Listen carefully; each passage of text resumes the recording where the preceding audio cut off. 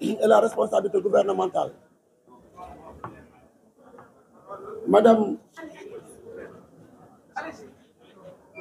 et messieurs, chers compatriotes, si nous sommes réunis aujourd'hui, ce n'est pas par hasard. C'est parce que nous partageons une même aspiration, une même exigence, celle d'un Sénégal juste, équitable et prospère pour tous. Nous ne pouvons plus détourner le regard face aux injustices qui rongent notre société. Nous ne pouvons plus accepter qu'un enfant naisse avec moins de chances de réussite, simplement parce qu'il est issu d'une famille démunie. Nous ne pouvons plus tolérer que des jeunes brillants et pleins d'ambition voient leurs rêves s'effondrer, faute d'opportunités. Nous ne pouvons plus rester silencieux face à des citoyens privés de leurs droits fondamentaux, abandonnés à la précarité par un système qui devrait les protéger. La justice sociale n'est pas un luxe, c'est un impératif. Un État qui se veut fort et respecté doit être garant de l'équité. Il doit veiller à ce que chaque citoyen, sans distinction de statut ou d'origine, ait accès aux mêmes opportunités, aux mêmes droits, aux mêmes chances de s'épanouir. Or, aujourd'hui, nous voyons des écarts grandissants entre les classes sociales. Nous voyons des privilèges s'accumuler d'un côté, tandis que la majorité peine à satisfaire ses besoins les plus élémentaires. Cela ne peut plus durer.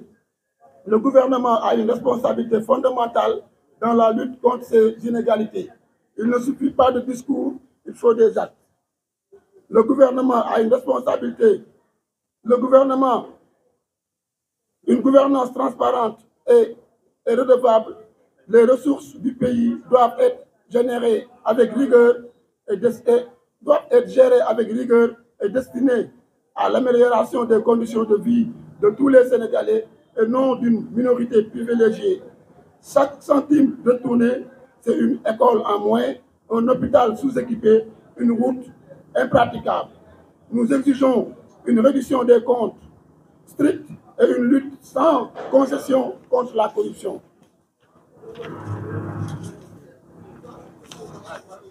Une justice équitable pour tous. Trop souvent, la loi semble plus dure avec les faibles et plus clément avec les puissants. Nous voulons une justice qui protège, pas une justice qui réprime sélectivement. L'égalité devant la loi ne doit pas être un slogan, mais une réalité. Une politique d'emploi ambitieuse et inclusive, la jeunesse est la force de notre nation.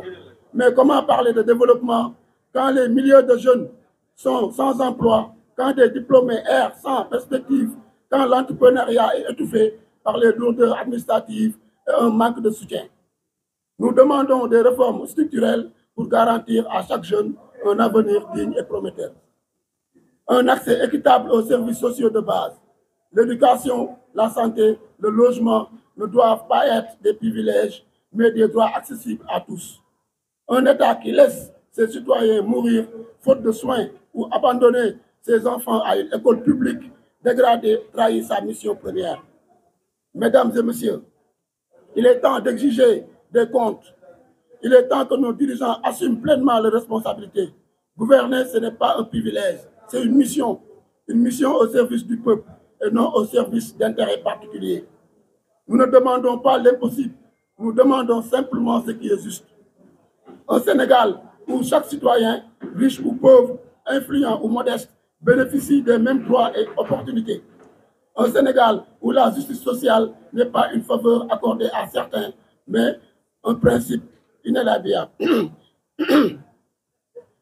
Un Sénégal, oui, où la responsabilité gouvernementale est une exigence et non une option.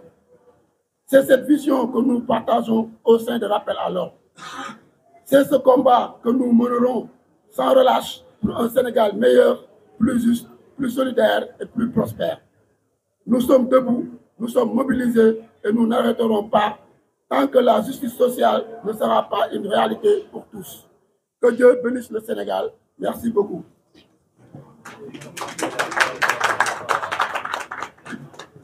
Là, c'était Hassan Cissé, membre du collectif de Rappel à l'ordre.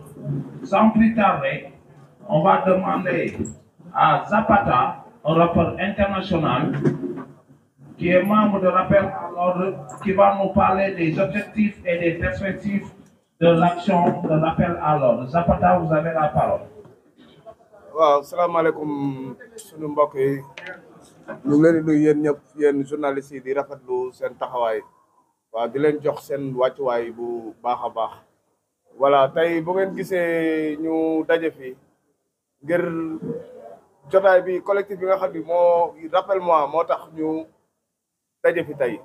waaw te rappelle-moi boo ko déggee maanaam rappel à l'ordre maa ngi ci autant pour moi rappel à l'ordre boo ko déggee maanaam mooy gàgganti waaw gàgganti ndax dafa mel ni tey ni ñu jiitee dañ leen a jox réew mi dañoo gàgg te yaakaar nañu képp ku gàgg ku ne mooy dañ la gàgganti dañoo gàgg maanaam mooy maanaam gàgg ci ay engagement ak ay promesses yoo xam ni dañ ko jëloon voilà lu mel ni tey ne ñoom tey bu ñu toogee ci réew mi président tey waxoon ni moom day génn ci haute cour de justice du ci bokk réduction train de vie de l'État dañ koy kii abrogation amnistie loi d'amnistie dañ koy def tey mu mel ni tey lépp dafa nekk à leur disposition nekk seen loxo mais dafa mel ni tey ñoom xamuñu fuñ jëm wala dafa mel ni dañuy jéem a di naan naxasaale loolu lañ def loo tax tey ñu bëgg leen a rappeler à l'ordre par rapport ak lu ñu waxoon ndax ay engagement la ndax tey lépp toutes les dispositions sont à leur main ñoom ils sont à disposition de tout lépp ñu ngi téye seen loxo ndax lu ci bëree bëri bu ñu koy def tey simple décret la décret du lenn lu dul benn simple signature moo la koy jox wala bu nekk benn loi boo xam ne dañ koy voté assemblée te yàlla def na tey ñoom ñoo yor exécutif tey décret la loo xam ne président da koy jël ñu dindi ko wala yàlla defaat tamit ñoom ñu yor majorité à l'Assemblée nationale kon tey lu ñu bëggoon def tey mën nañ ko jàllale assemblée wax ñoom seen majorité ñu voté ko mais dafa mel ni tey dafa mel ni dañoo tànqam lu loolu waaw ba pare Sénégal nekk dëkk boo xam ni 3 ans yi ñu weesu 3 ans yi ñu ci weesu dañ ciy dund loo xam ne maar day taal yi ñaanatuñ ko yàlla dundaat voilà dañ ci dund tartar bu métti ci champ politique boo xam après dafa mujj répercuté ci lépp ci vie sociale vie économique vie lépp mu répercuté mu nekk tey loo xam ne tey dañ ci taxaw temb surtout loolu moo ñu gën a tax a jóg ñu taxaw ci temb pour li fi amoon bañ fi amaat mais pour mu bañ fi amaat tamit dañu war a mu xam tamit lu fi amoon lan moo tax mu am ak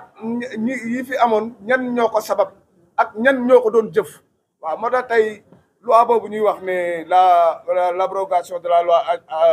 d'amnistie am ay xawma lan abrogation partielle affaire yooyu loolu moo tax tey dañ taxaw ni ñu ne déedéet ñu ne ñett loolu duñ ko nangu dañoo bëgg lépp leer waaw ñu xam kan mooy kan moo def lan ak kan moo waaw ku nekk ak xale yi kan moo leen yónni ak kan ndax tey boo xoolee yi fi dafa doy waar daal lu mel ni tey xoolal ñaari xale ñu rayoon ci bus Tata bi tey ba tey ñu bëgg lépp ñu jël ko naax saay mu suul ko nii mu seey loolu tax rappel à moi comment dirais-je rappel à l'ordre da ciy taxaw ci temb tey bu jaree ñu wàcc ci mbedd mi ndax duñ ci ragal dara ndax Sénégal dama yaakaar ni Sénégal lu ñëpp la kenn ku ci nekk am nga sa benn part de responsabilité kenn ku ci nekk tamit am nga loo xam ne tam war nga ko mën a amel Sénégal tey ñun lii rek la ñu mën a am ci suñuy voix ak ci suñuy comment dirais-je suñuy support de communication parce que ñun y a des artistes yu fi nekk y a des infographes ainsi de y a n'importe ça regroupe rappel à l'ordre regroupe beaucoup de gens yoo xam ñu ngi exercer ay métiers yu bari kenn ku ci nekk tey rappel à l'ordre dina fexe ba say support yow yi nga xam ne moom ngay kiiwee nga fexe si jàllale message boobu en tant que rappeur comme man slameur dinaa fexe def ay texte def ay sound bu jaree ñu wàcc si mbedd mi tamit saa yu askan bi soxlaa ñu wàcc ngir dëgg mën a feeñ ñun tey loolu rek li ñu gën a soxla mooy dëgg feeñ ndax problème bi waraloon dëgg bi yëpp pour ñu wax ko gars yi dañ ne politique ci politique la peut-être ci politique la répercuté mais problème li ko waraloon yëpp c'est un problème civil mu nekkoon problème boo xam ne c'était entre Ousmane Sonko et une fille qui s'appelle Adji Sarr tey mu nekk loo xam ne tey yaakaaroon naa ni tey waruñu woon sax ñun yegg fii ndax dafa waroon nekk un problème simple comme tout un Sénégalais ni ngay amee problème war a dem ci yoon nga dem wuy ji ci yoon mais tey lii buñ ko bàyyee mu jàll dafa mel ni tey bu ëllëgee man par rapport ak sama influence bi ma am ci ay nit bu ëllëgee tey mën naa am problème man tamit woo samay nit ñu taxaw tem day mel ni Sénégalu ñaari nit la wala dafa am sénégalais bi ci kaw wala ak sénégalais bi ci suuf ñu yaakaar ne ñun rappel à l'ordre dañu war a xam ne ñun Sénégalu ñëpp la ba pare di dellu di wax ak askan wi ndax duñ ne ñun ay magum xamoon nañ ko lañ ay magum waxoon nañ ko lañ ndax yàgg nañoo wax ak askan wi yàgg nañoo sensibiliser di leen xamal ni politique ku nekk am nga droit far fi nga far ku nekk am nga droit militer mais tamit kenn amul droit tamit yàq Sénégal ndax am na ci yoo xam ne c'est des biens publics te nit ku nekk tamit li nga am droit tamit say droit dafa war a yem si nga xam ni droit wu keneen falay tàmbalee waaw mu mel ni ci diggante at yu weesu tamit dañu tàmbali gis benn violence bu tara te violence boobu li ko waral dara du jugewul fenn fu dul ci ay violence verbale waaw ñu delluwaat di wax ak askan di wax ak gars yi nga xam ne tam ñoo nekk ci terrain politique bi ñu delluwaat ressaisiru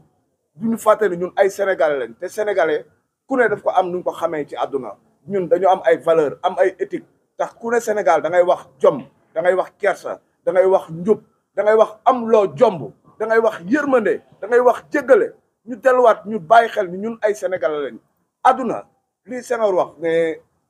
enracinement après ouverture mais ñun nañ enraciné wu ba pare te ouverture sax boo koy def dafa am loo xam ne da nga koy jël nga adopté ko am loo xam ne da nga koy jël nga rejeté ko ndax am na si yoo xam ne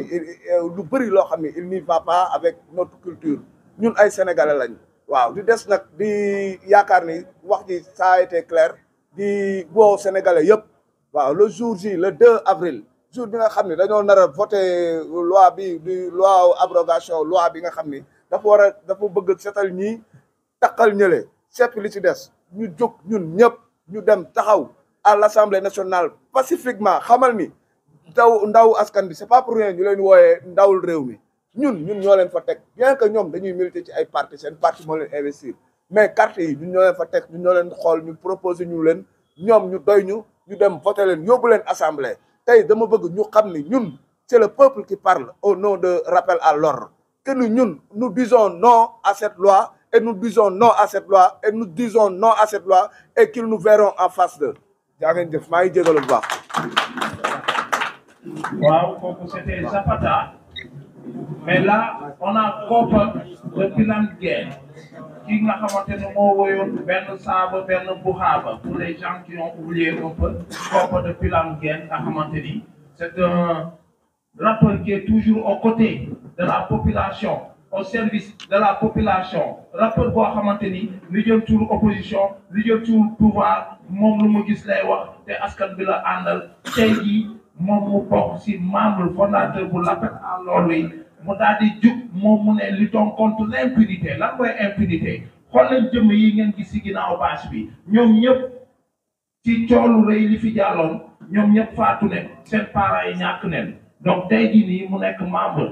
nekk un rappeur international de renommée internationale bu ko neexoon mu tukki wala mu dem defi leneen wala mu nekk ci leneen ndax yàlla may na ko mais tey jii nee na day toog lutter contre rappel à l'ordre lutter contre l'impunité on donne la parole sans plus tarder à bu Pilane Guène benn saaba benn buxaaba. salaamaaleykum Sénégal salaamaaleykum journalistes yi fi daje yëpp ñoo leen di sant di leen gërëm di baalu àq ñëpp ci koor gi di rendre hommage sunu naataangoo yi nga xamante ne tey ñoo waral conférence de presse bi muy 80 et quelques morts ma ñëwaat tuuti ci ginnaaw pour que ñu xam lan moo waral kuréelu rappel à l'ordre parce que mars daaw ñun dañoo génnoon ñu defoon benn collectif tuddee ko jàmmi Sénégal biñ tuddee jàmmi Sénégal ñenn ñi di acharné wu ci ñun naan ñu non ku am parce que jamono jooju Sénégal tolloon na foo xamante ne il faut nga am foo far boo amul foo far rek naa fekk ga ñu naan ñi ay politiciens ñoo nekk seen ginnaaw fekk yàlla xam na ne rap ak musique kese moo nekk suñu ginnaaw du leneen ñuy sensibiliser nit ñi déggu ñun yàlla def nag nguur gale daanu alhamdulilah nguur gi ñu jox ko waa Pastef ñu daal di ñëwaat xool 86 personnes génn ci àdduna ci révolution bu toll noonu ñu jël suñuy propre initiative daal di ne comme dañ doon sensibiliser xale yi pour ñu bañ a génn ñu bañ a taal ñoom giseewuñu ko woon noonu peut-être buñ déggoon ñun suñuy message rappel à l'ordre kon tey déegi dana wàññeeku mais malheureusement suñu message jàlluloon ñu ne kon donc duñu arrêté foofu kon donc dañuy continuer di sensibiliser ñan sensibiliser ndaw yi nga xamante ne ñoo ngi ñëwaat pour que ñu am culture Sénégal bu njëkk ba pas Sénégal bi toj pas Sénégal bi taal pas Sénégal bi yàq ak sunuy maigre moyen ñu commencé dugg di dem ci di jël portrait victime yi di ko immortaliser ci goxaat yi d'ailleurs dem nañ fi ba Bignona immortaliser fa 5 personnes de passage maa ngi nuyu waa Bignona ak famille Bounama Sagna bi nga xamante ne bal da koo dal mu génn àdduna ci à l'âge de 14 ans bi ñu demee rencontrer famille yi ñu gis ne famille yi li leen gën a naqari du recevoir xaalis mais li leen gën a naqari mooy ñu rendre justice seen doom yi nga xamante ne génn nañ àdduna bi ñu commencé def loolu ci biir réseaux sociaux yi ñu gis au camp du pouvoir ay nit yuy génn naan dañ ñu doon fay ñuy taal ay tunkara naan ay fausse information dañu defaroon ay vidéo trafic ñun loolu yëpp intéressé wuñ ñun li ñu intéressé mooy dañu bëgg a xam lan moo xewoon li passé te justice bu ñuy abroger loi bi ñu abroger ko mu équitable moo xam côté pouvoir moo xam côté opposition rax ci dolli ñu bëggaat tamit delloo askan wi ci seen sago ci envers les victimes militaires muy gendarme yi muy policiers yi gàcce ngaalaama ñooñu ndax bu duloon ñooñu tey Sénégal mënoon na fay gën a ñaaw te boo waxee ñoo ngi daan noo dóor nañ kii bal gendarme bee ko dóor bal bëgg leen diaboliser te yàlla xam na ne ñoom ñoo gënoon a sonn ci mbir yi am na ci ñoo xamante ne gaañu nañ ci am na ci ñoo xamante ne lekkuñu naanuñu pour sauver Sénégal kon donc ñooñu waruñu leen marginaliser ci combat bi di ñaan nag suñu autorités yi comme ñoom la yàlla jox législatif ak exécutif que ñu bàyyi tâtonner bi tâtonner bi mooy dafa am yuñ ñu digoon te yiñ ñu digoon lañ leen di ñaan ngir yàlla ak war a suuli ñu appliquer ko balaa dëkk bee yëngu ndax lii moo yëngaloon nguuru Macky Sall bëgg ay marche ñu interdit ko nit ñi forcé génn ay bal tàkk te ñoom gis nañ ne commencé nañ koo def ensuite rappel à l'ordre moo ngi intervenir bépp acteur politique bépp activiste boo xamante ne da ngay sensibiliser nit ñi pour que ñu génn di xeex wala di yàq ñun dañuy taxaw temb contre loolu pour que kenn bañati jëlati xale yi di leen génne ñuy am ay tolof-tolof te après du am suite ma leen di sant di leen gërëm ci seen teewaay di dalal sunu mbokk bi sunu xarit sunu mbokk Abdou Karim Gueye nga xamante ne moom témoin la woon ci événement yooyu je pense que ne moom lim ci xam sax ñun liñ ci xam lu néew la ñu dalal ko mu joxe ay kàddu jërëjëf